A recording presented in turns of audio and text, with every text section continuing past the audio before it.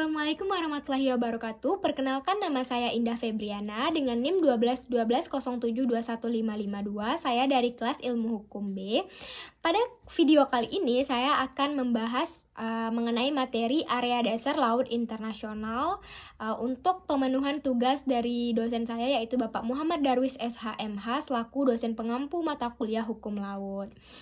Baiklah, pada pemaparan materi kali ini saya akan membagi materi area dasar laut internasional menjadi 3 pokok pembahasan. Yang pertama yaitu pengertian dari area dasar laut internasional, yang kedua yaitu cakupan area dasar laut internasional, serta yang ketiga yaitu hak dan kewajiban suatu negara terhadap area dasar laut internasional. Baik, langsung saja kita masuk kepada materi yang pertama, yaitu pengertian dari area dasar laut internasional. Pada Laws Convention tahun 1982 memberikan definisi mengenai area dasar laut internasional ini terdiri dari dasar laut dan tanah di bawahnya yang terletak di luar batas area atau terletak di luar batas yurisdiksi nasional, yaitu batas-batas zona ekonomi eksklusif, landasan kontingen yang berada di batas yurisdiksi negara pantai. Nah, pada area dasar laut internasional ini tidak boleh satupun negara yang mengklaim bahwa dia berdaulat terhadap area dasar laut internasional. Kenapa? Karena area dasar laut internasional merupakan semua kekayaannya merupakan warisan yang berlaku untuk seluruh umat manusia yang dikelola oleh suatu badan yang disebut dengan Badan Internasional Badan Otoritas Dasar Laut Internasional, atau bisa kita kenal dengan ISBA. Jadi semua pengelolaan mengenai area dasar laut internasional itu berdasarkan persetujuan dari ISBA.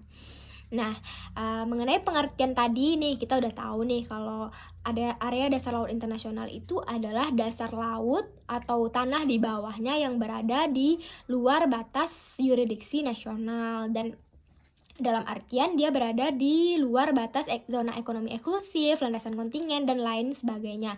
Serta manusia atau suatu negara itu dilarang untuk mengklaim kalau dia itu berdaulat terhadap area dasar laut internasional. Kenapa? Karena area dasar laut internasional ini merupakan warisan yang berlaku untuk semua umat manusia dan dikelola oleh suatu badan yang bernama ISBA.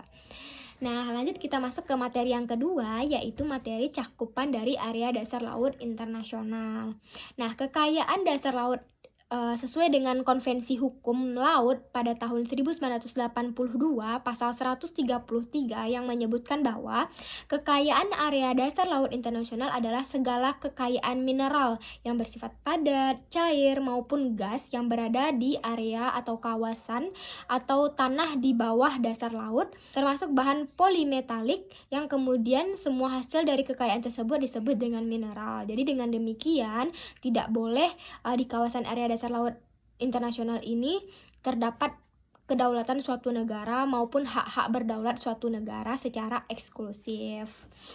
Baik, selanjutnya kita masuk kepada materi yang ketiga, yaitu materi hak dan kewajiban suatu negara terhadap area dasar laut internasional.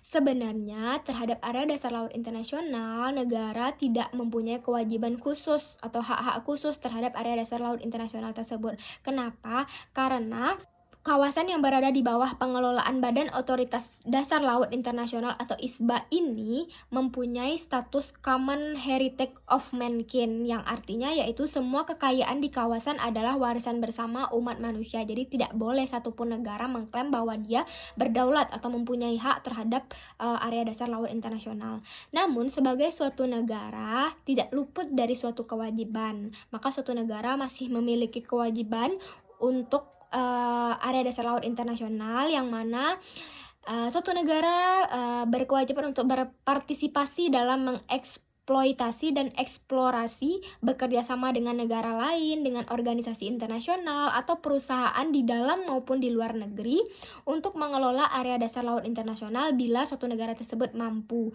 Dan sebagai anggota ISBA juga turut serta untuk mengawasi kegiatan yang ada di area dasar laut internasional. Nah, di negara kita ini, Indonesia, yang merupakan salah satu anggota dari ISBA, kita juga berperan penting nih terhadap area dasar laut internasional, yaitu kita berkonsentrasi nih untuk menjaga dan memanfaatkan kekayaan sumber daya alam di laut, baik hayati maupun non-hayati, yang berada di bawah kedaulatan dan yurisdiksi Indonesia, seperti di perairan pedalaman, laut teritorial, zona ekonomi eksklusif, dan landasan kontinen. Nah, jadi sebagai suatu umat manusia dan sebagai anggota suatu warga negara, kita juga berhak menjaga dan melestarikan serta memberikan perlindungan, ikut serta menjaga kekayaan alam yang telah diciptakan oleh Tuhan Yang Maha Esa. Kita tidak boleh merusak atau sampai menghancurkan kekayaan yang telah diciptakan oleh Allah, karena Allah menciptakan itu semua untuk kepentingan kita, dan Allah memberikan itu semua secara cuma-cuma. Kita hanya tinggal merawat dan melestarikannya saja.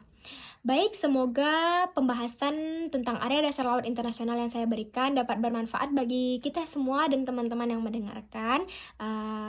Bila terdapat kesalahan dan kekurangan dalam penyampaian dan materi yang saya berikan, saya mohon maaf. Saya akhiri dengan Assalamualaikum warahmatullahi wabarakatuh. Dadah!